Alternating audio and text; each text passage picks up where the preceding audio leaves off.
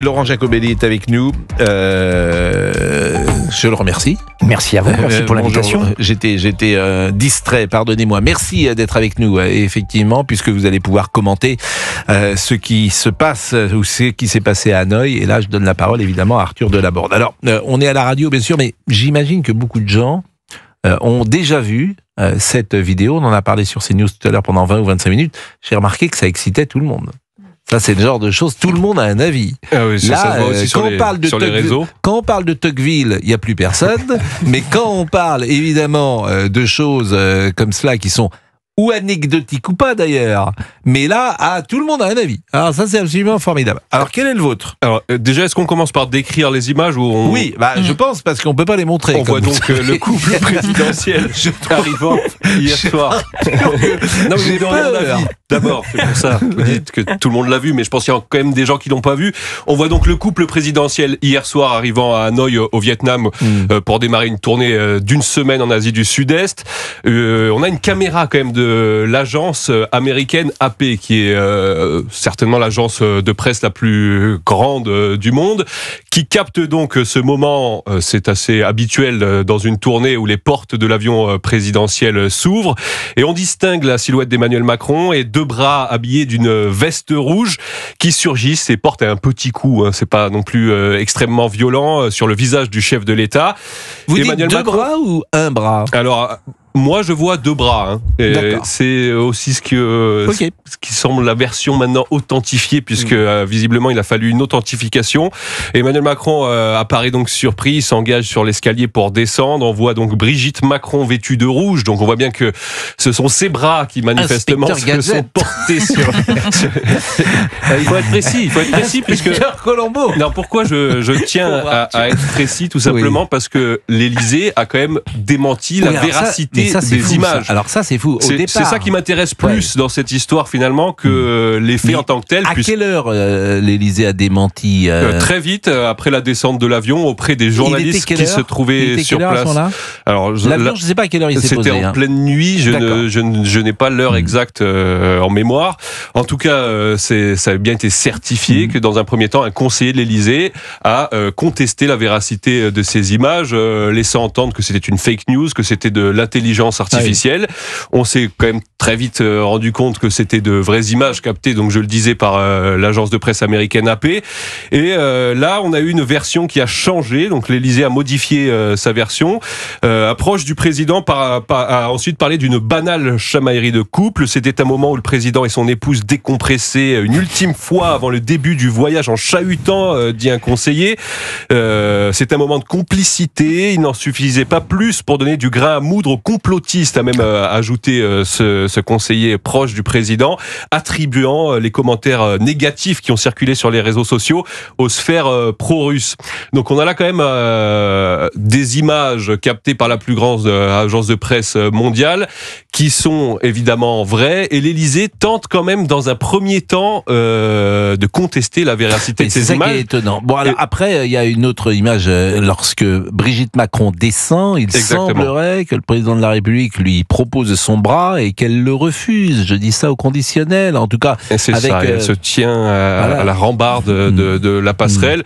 Donc la version apportée dans un second temps par l'Élysée semble la bonne, une chamaillerie de couple peut-être, même s'il y a un gros problème au sein du couple présidentiel, à la limite ça nous regarde pas. Ce que je trouve vraiment révélateur, c'est cette volonté de tout de suite contester la véracité des images pour protéger le président, et ça me rappelle un peu ce qu'avait dit Sibeth Ndiaye, rappelez-vous, en 2019, alors porte-parole du gouvernement.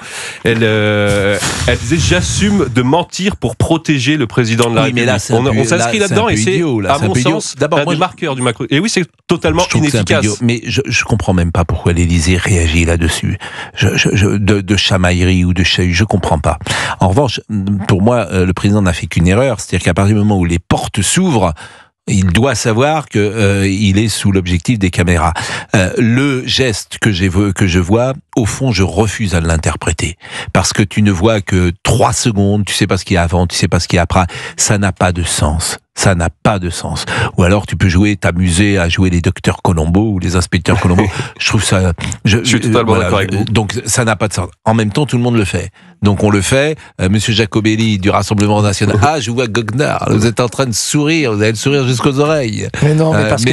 Bien sûr. Parce que honnêtement, chaque jour, la Macronie s'enfonce un peu plus. Il ne connaît... Écoutez, on a un président de la République qui, à chaque fois qu'il va à l'étranger, excusez-moi, apporte la honte sur nous tous. Soit c'est pas la honte soit il tape dans le dos de souverain alors qu'il ne devrait pas, soit il claque la bise à un pape, soit là, il sait très bien que la porte va s'ouvrir. Moi non plus, je ne sais pas ce qui s'est passé derrière. Et j'ai envie de dire, ça ne me regarde pas l'histoire du couple Macron. En revanche, il y a deux choses qui me surprennent. C'est grosso modo qu'il ne sait pas se tenir, et ça c'est un problème pour quelqu'un qui doit représenter la diplomatie française. Deuxièmement, c'est le fictionnement de la réalité. Ça, j'en ai marre qu'on nous explique que rien n'existe, qu'il y a une réalité virtuelle dans la Macronie, qu'il n'y a pas de chômage en France, qu'il n'y a pas de violence, qu'il n'y a pas de problème d'immigration, et que le président se comporte bien. Non, là il s'est passé quelque chose. Est-ce qu'ils avaient besoin de réagir? Je ne le pense pas. Mais qu'est-ce qui s'est passé? Vous n'en savez rien, et moi non plus. Il y a une image de 2 secondes qui est interprétée. Alors disons ça, Pascal Praud. Ne disons pas derrière qu'il y a l'intelligence artificielle parce que c'est un mensonge. Et ne disons pas derrière qu'il y a un complot. Emmanuel Macron, je pense que c'est son entourage. Si ça se trouve, c'est toujours pareil. L'entourage va au-delà de ce qu'aurait imaginé Emmanuel Macron. Moi, je pense l'autre jour, de la même manière, il a réagi sur le Kleenex dans le train. Où certains imaginaient que ce soit de la poudre ou de la cocaïne. Bon, disons-le. Je pense qu'il a eu tort de réagir. Je pense qu'il faut never explain, never complain.